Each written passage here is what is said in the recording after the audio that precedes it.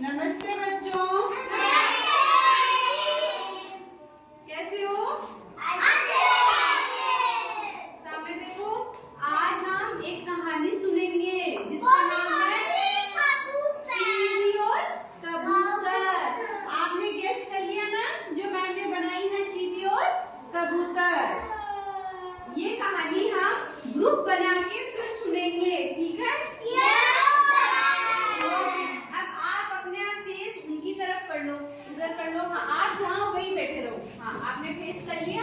आप थोड़ा सा इधर आओ, इनके इसके पास हो जाओ। थोड़ा सा इधर फेस कर लो, इधर इनकी तरफ करो फेस। हाँ, इनकी तरफ आप खड़े हो, वहाँ जाके बैठो आप। हाँ, राउंड राउंड कर लो, यहाँ जाओ, यहाँ पर। हाँ, यहाँ पे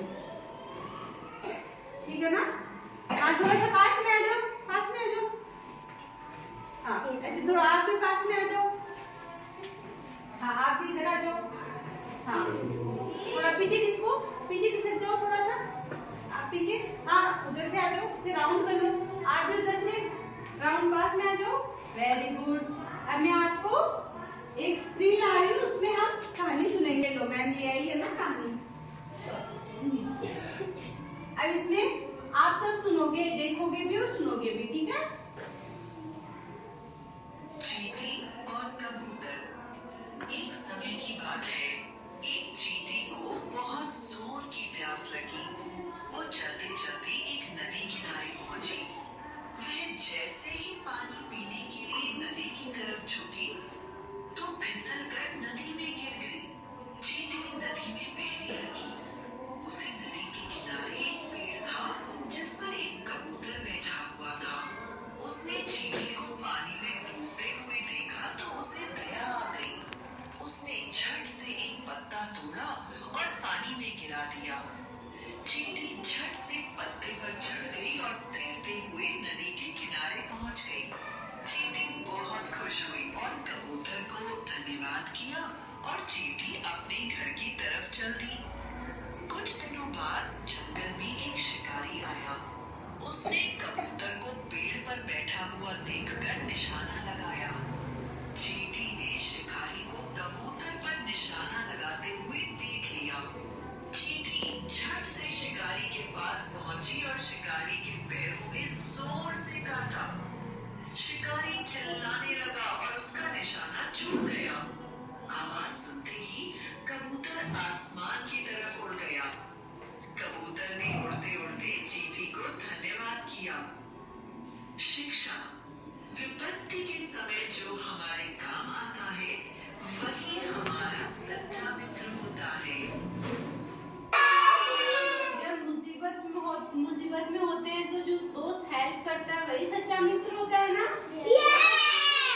चलो वापस से सुन लो, जिनको अच्छे से नहीं सुना है वो। एक समय की बात है, एक चींटी को बहुत जोर की प्यास लगी। वो चलते चलते एक नदी किनारे पहुंची।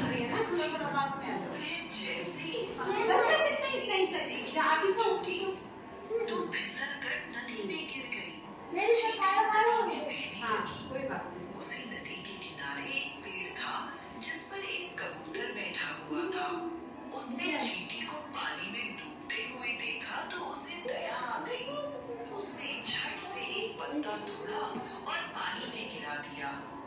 चींटी झट से पत्ते पर चढ़ गई और तैरते हुए नदी के किनारे पहुंच गई।